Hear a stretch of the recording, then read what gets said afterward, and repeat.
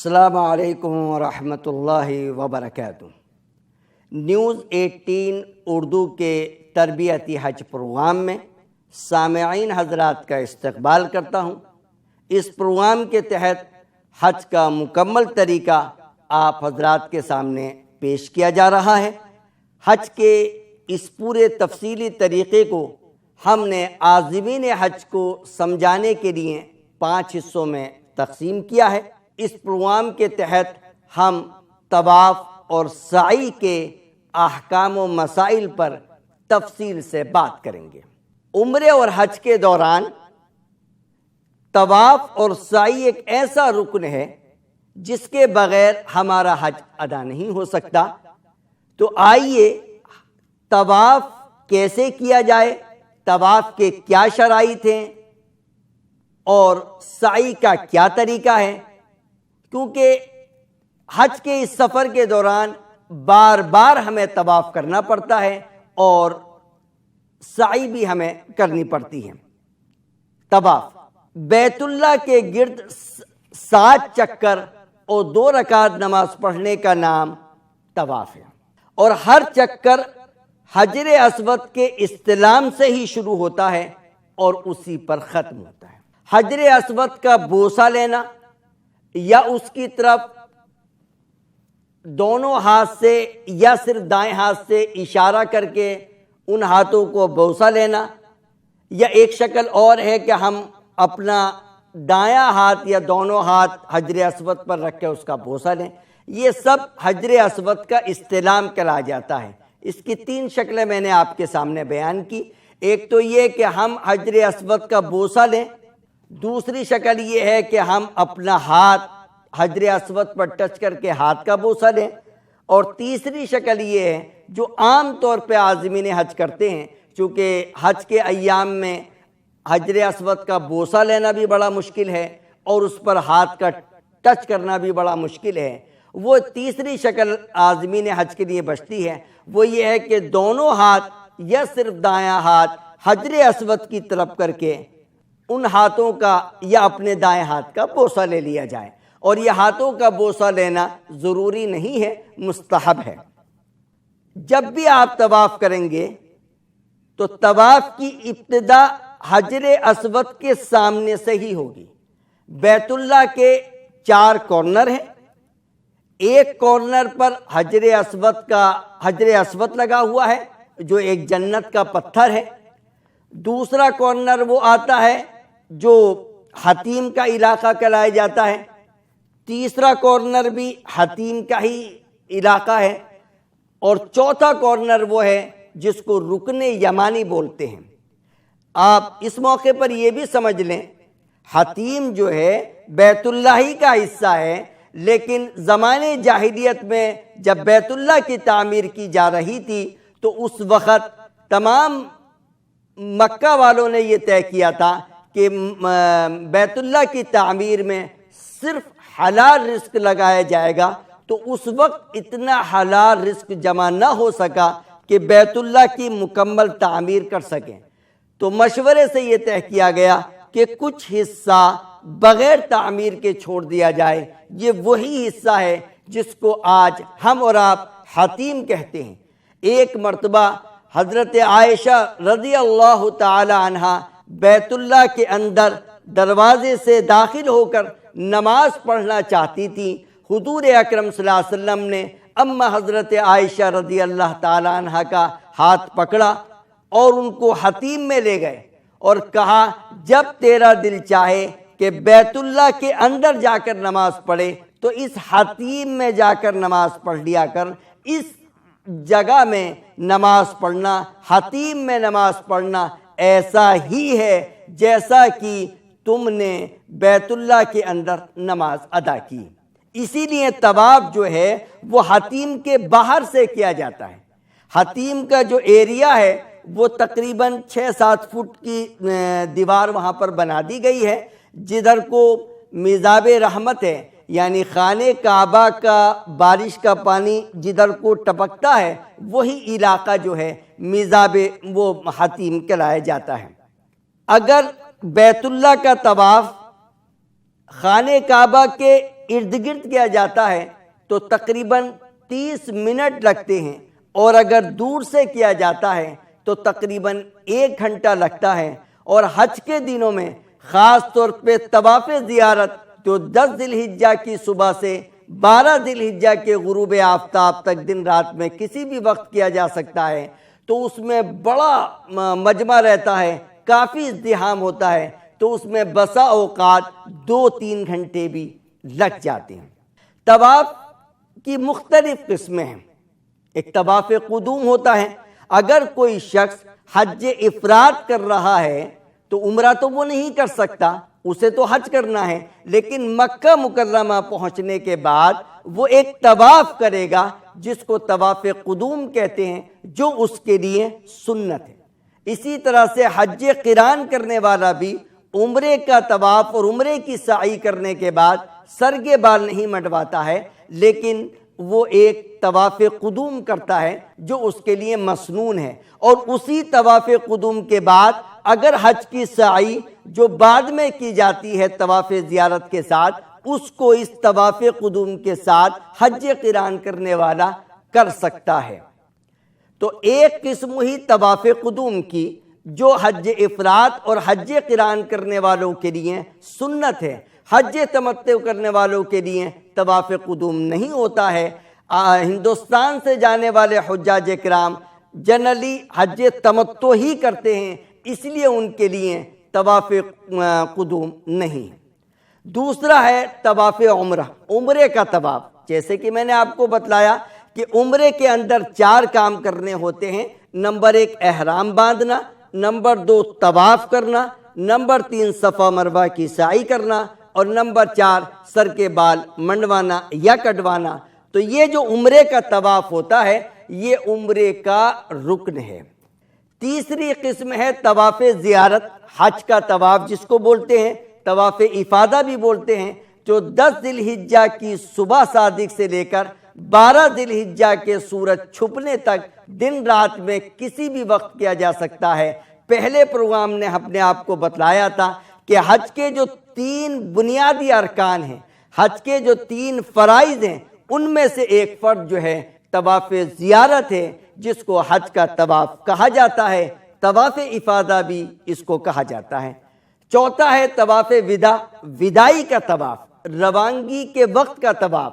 میقات کے باہر رہنے والے لوگ جب حج کرنے کے لیے جاتے ہیں تو واپسی میں ایک طواف کرتے ہیں، اس کو بولتے ہیں وداعی طواف۔ اور ایک قسم ہوتی ہے طواف کی نفلی طواف۔ نفلی طواف آدمی جتنے چاہے کرے، بلکہ میقات کے باہر سے آنے والے لوگ یعنی ہندوستان سے جانے والے لوگوں کے لیے بہتر یہی ہے کہ وہ زیادہ سے زیادہ نفلی طواف کریں۔ طواف فرض ہو، واجب ہو، سنت ہو یا نفل ہو، طریقہ ایک ہی ہے، بیت اللہ کے گرد 7 چکر لگانا۔ طواف کی ابتدا حجر اسود کے سامنے سے اور طواف کی انتہا بھی حجر اسود پر پہنچ کر، اور اس کے بعد 2 رکعت نماز ادا کرنا۔ اب بات آتی ہے کہ حج میں ضروری طواف کی تعداد کتنی ہے، یعنی حاجی جو ہے کتنے طواف ضروری کرے گا۔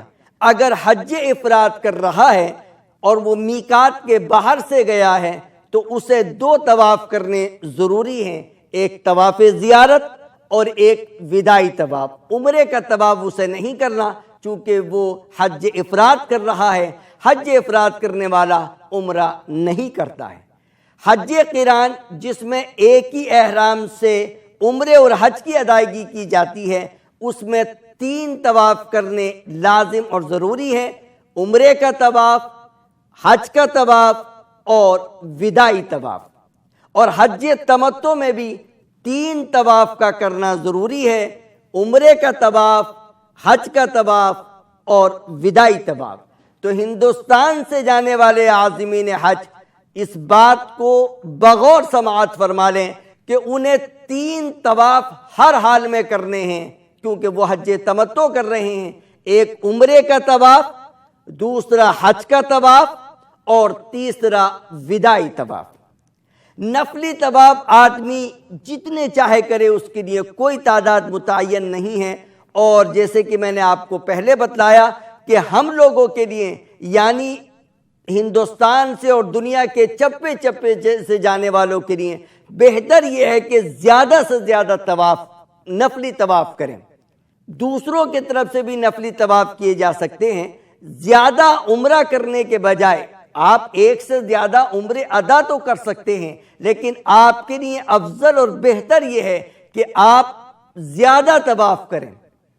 اچھا، طواف کا طریقہ جیسے میں نے آپ کو بتلایا کہ 7 چکر لگانے کے بعد 2 رکعت نماز ادا کی جاتی ہے۔ اگر آپ نفلی طواف ایک سے زیادہ ایک وقت میں ادا کر رہے ہیں تو 7 چکر لگائیں، 2 رکعت نماز پڑھیں، اس کے بعد اگلے 7 چکر لگائیں، پھر 2 رکعت نماز پڑھیں۔ لیکن اگر کسی وجہ سے آپ نے 7 چکر لگائے، پھر دوسرے 7 چکر لگائے، پھر تیسرے 7 چکر لگائے اور تینوں طواف کی ایک بار 2 کر کے نماز پڑھ لی، تو ایسا کرنا جائز تو ہے لیکن اچھا عمل نہیں ہے۔ بہتر عمل یہ ہے کہ ہر مرتبہ طواف مکمل کرنے کے بعد پہلے 2 رکعت طواف کی ادا کی جائیں، اس کے بعد دوسرا نفلی طواف کیا جائے۔ طواف کے دوران وضو ضروری ہے، بغیر وضو کے طواف نہیں کیا جا سکتا۔ جس طرح سے نماز بغیر وضو کے نہیں پڑھی جا سکتی، اسی طرح سے طواف بغیر وضو کے نہیں کیا جا سکتا۔ اگر طواف کے دوران وضو ٹوٹ جائے تو فوری طور پہ ہمیں طواف کو روک دینا چاہیے اور جا کر وضو کریں۔ پہلے تو وضو کرنے کے لیے مسجد حرام کے باہر جانا پڑتا تھا، اب تقریباً 1-2 سال سے مطاف میں سے ہی جو صفا مروہ کی طرف کو آپ چلتے ہیں تو انڈر گراؤنڈ جو ہے 2-3 وضو خانے بنا دیے ہیں، وہاں جا کر بھی آدمی وضو کر کے اور طواف کو دوبارہ یعنی آگے بڑھا سکتا ہے۔ یعنی اگر چوتھے چکر میں طواف وضو ٹوٹا ہے تو دوبارہ سے طواف کرنے کی ضرورت نہیں ہے، بلکہ مزید 3 چکر اور کر لیے جائیں، اس طرح سے پورا طواف ہو جائے گا۔ ناپاکی کی حالت میں خواتین کسی بھی حالت میں مسجد حرام میں داخل نہ ہو۔ طواف کسی بھی حال میں، وہ ناپاکی کی حالت میں کوئی بھی خاتون کسی بھی حالت میں طواف ادا نہیں کریں۔ طواف کے دوران جائز امور، یعنی کون کون سی چیزیں جائز ہیں؟ سلام کرنا، بوقت ضرورت بات کرنا، مسائل شرعیہ پوچھنا بتانا، ضرورت کے وقت طواف کو روکنا۔ آپ طواف کرتے کرتے تھک جائیں 3 چکر پر، 4 چکر پر، تو آپ طواف کو روک سکتے ہیں اور اس کے بعد جب چاہیں، یعنی گھنٹے آدھے گھنٹے کے بعد، مثال کے طور پہ 4 چکر لگانے کے بعد آپ تھک گئے تھے، آرام کر لیے، یا مثال کے طور پہ نماز شروع ہو گئی تو ظاہر ہے آپ کو نماز پڑھنی ہے، آپ نے طواف کو روکا، جب نماز مکمل ہو گئی یا آپ کی تھکن پوری ہو گئی تو جہاں سے آپ نے طواف کو روکا تھا وہیں سلسلہ آپ آگے بڑھائیں۔ اسی طرح سے اگر آپ کو عذر ہے اور آپ پیدل نہیں چل سکتے ہیں تو ویل چیئر پر بھی آپ طواف کر سکتے ہیں۔ اگر آپ اپنی بیگم کو یا اپنی والدہ کو یا اپنے بوڑھے باپ کو ویل چیئر پہ طواف کرا رہے ہیں تو اس میں آپ کا بھی طواف ہو جائے گا اور آپ کے بوڑھے باپ کا بھی طواف ہو جائے گا۔ اب طواف کرنے کا طریقہ جیسے کہ میں نے آپ کو بتا دیا ہے کہ سب سے پہلے ہم بیت اللہ کے اس کارنر کے سامنے آتے ہیں جس کارنر پر حجر اسود لگا ہوا ہے۔ مرد حضرات استباء کرتے ہیں، استباء کا مطلب ہوتا ہے کہ جو چادر انہوں نے اوپر پہن رکھی ہوتی ہے، یعنی دونوں کندھے کو اوپر ڈال رکھی ہوتی ہے، اس چادر کو دائیں بغل کے نیچے سے نکال کر بائیں مونڈے پر ڈالنا، یہ استباء کہلایا جاتا ہے۔ یہ 7 چکر میں سنت ہے اور طواف کے دوران سنت ہے۔ طواف سے پہلے یا طواف کے بعد ہمارے دونوں مونڈے، دونوں کندھے ہمارے ڈھکے ہونے چاہیے۔ استباء جو سنت ہے، یعنی دائیں بغل سے احرام کی چادر کو نکال کر بائیں مونڈے پر ڈالنا، یہ صرف طواف کی سنت ہے۔ طواف کے دوران ہی یہ کیا جاتا ہے اور طواف کے 7 چکر میں کیا جاتا ہے۔ رمل بھی ایک سنت ہے، جس میں مرد حضرات تھوڑا تیز چلتے ہیں، یہ پہلے 3 چکر میں کیا جاتا ہے، لیکن حج کے دنوں میں ازدحام بہت ہوتا ہے، بھیڑ بہت ہوتی ہے، عمومی طور پہ رمل کا موقع نہیں مل پاتا ہے۔ تو رمل جو ہے اکڑ کر چلنا، یہ ابتدائی 3 چکر میں سنت ہے، اور اتباع جس میں دائیں بغل سے چادر کو نکال کر بائیں مونڈوں پر ڈالا جاتا ہے، یہ طواف کے 7 چکر میں سنت ہے، اور اس طواف میں سنت ہے جس کے بعد صفا مروہ کی سعی بھی کرنی ہے، یعنی نفلی اگر آپ طواف کر رہے ہیں تو اس میں اتباع نہیں ہے، نفلی طواف تو آپ عام لباس میں بھی کر سکتے ہیں۔ طواف کرتے وقت آپ کی نگاہ سامنے رہنی چاہیے، آپ کا بایاں مونڈا بیت اللہ کی طرف رہنا چاہیے۔ کچھ لوگوں کو ہم نے دیکھا ہے کہ وہ بیت اللہ کی طرف رک کر کے طواف کرتے ہیں، طواف تو ادا ہو جائے گا، لیکن اچھا طریقہ یہ ہے، سنت طریقہ یہ ہے کہ ہمارا چہرہ جو ہے وہ سامنے کو رہے اور ہمارا بایاں کندھا بیت اللہ کی طرف رہے۔ جب تیسرا کارنر آ جائے، جس کو جہاں پر رکن یمانی لگا ہوا ہے، اس پر اگر ہاتھ کا ٹچ کرنا ممکن ہو تو اس پر ہاتھ ٹچ کر لیں، اور اگر کسی وجہ سے وہاں جانا ممکن نہیں ہے، بھیڑ زیادہ ہے، تو ہاتھ سے اشارہ نہ کریں۔ حجر اسود کے سامنے جہاں سے ہم نے طواف کو شروع کیا تھا، اور ہر چکر کے شروع میں وہاں استلام کیا جاتا ہے۔ استلام کی 3 شکلیں آپ کو بتائی گئی تھی، یا تو آپ اس کا بوسہ لیں، یا ہاتھ ٹچ کر کے ہاتھ کا بوسہ لیں، یا ہاتھ سے اشارہ کر کے ہاتھ کا بوسہ لیں۔ تو یہ حجر اسود کے سامنے تو کیا جاتا ہے، لیکن رکن یمانی، حالانکہ یہ بھی جنت کا آیا ہوا پتھر ہے، لیکن ہمارے نبی نے جو ہمیں تعلیمات دی ہیں وہ یہ ہیں کہ رکن یمانی کو اگر چھونا ممکن ہے تو چھونے، ورنہ ہاتھ سے اشارہ کیے بغیر ہی یوں ہی گزر جائے۔ رکن یمانی اور حجر اسود کے درمیان ایک دعا حضور سے ثابت ہے، اس دعا کو اگر پڑھیں تو بہتر ہے، ربنا آتنا فی الدنیا حسنہ وفی الآخرۃ حسنہ وقنا عذاب النار۔ باقی طواف کے دوران کوئی بھی دعا مخصوص یا لازم نہیں ہے۔ بعض کتابوں میں لکھا ہوا ہے پہلے چکر کی دعا، دوسرے چکر کی دعا اور 7ویں چکر کی دعا۔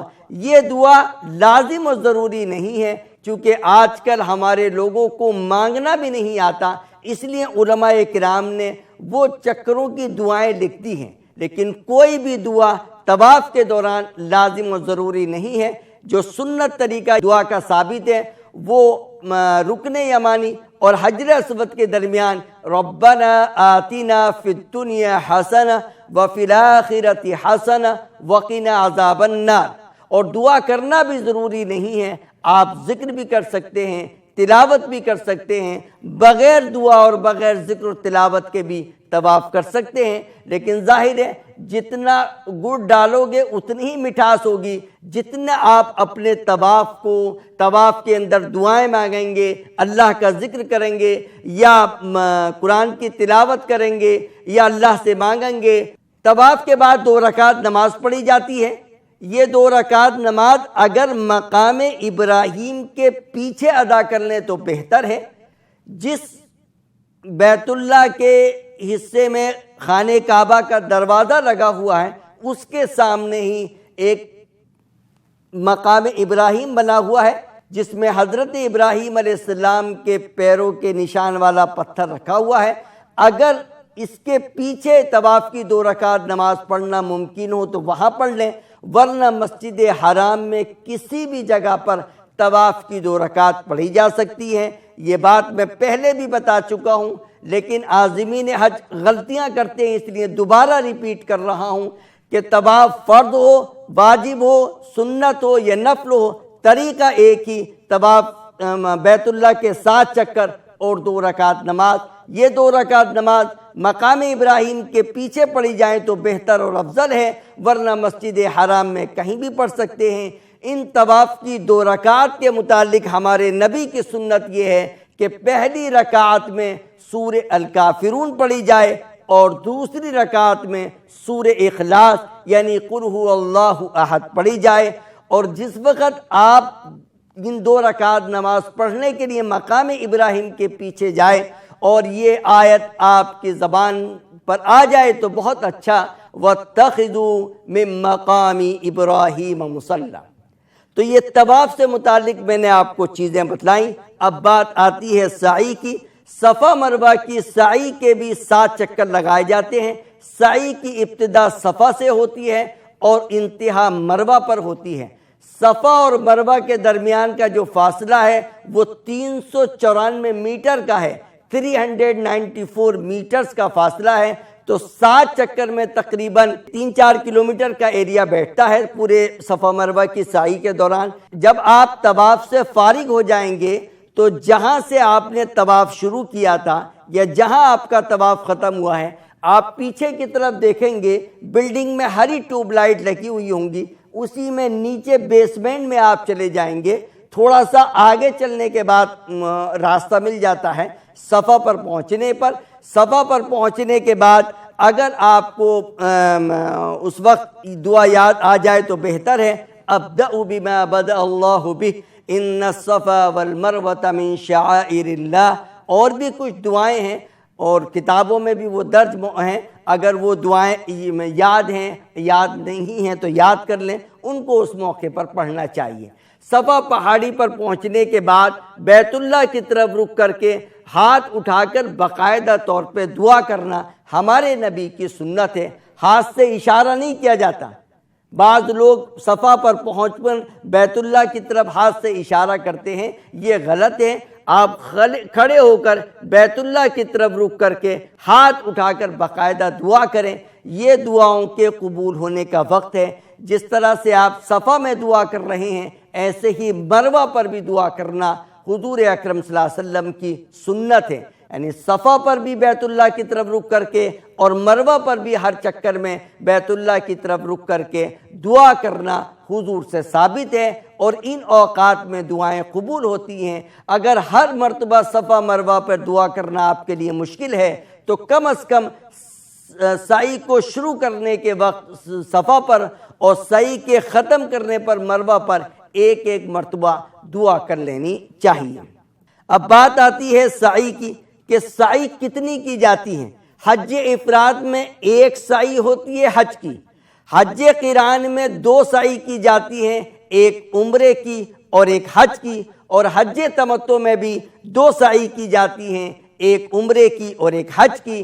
سعی کے دوران بات چیت کر سکتے ہیں، وقت ضرورت سعی کو روک سکتے ہیں، ویل چیئر پر بھی ضرورت کے مطابق سعی کر سکتے ہیں۔ کسی مجبوری کے تحت، یعنی اگر خاتون نے طواف کر لیا تھا اور صفا مروہ کی سعی سے پہلے پیریڈ آ گیا تو وہ ناپاکی کی حالت میں صفا مروہ کی سعی کر سکتی ہے، اور بغیر وضو کے بھی صفا مروہ کی سعی کی جا سکتی ہے۔ طواف بغیر وضو کے نہیں ہو سکتا، پاکیزگی طہارت ضروری ہے، لیکن صفا مروہ کی سعی کے لیے وضو کا ہونا یا پاک ہونا ضروری نہیں ہے۔ یہ آپ کے سامنے میں نے نیوز 18 اردو کے حج تربیتی پروگرام میں طواف اور سعی سے متعلق تفصیلی گفتگو کی۔ اللہ تبارک و تعالی آپ کو ان تعلیمات کے مطابق عمل کرنے والا بنائے، اور آپ کے حج کو اللہ حج مبرور بنائے، جس کا بدلہ جنت ہے۔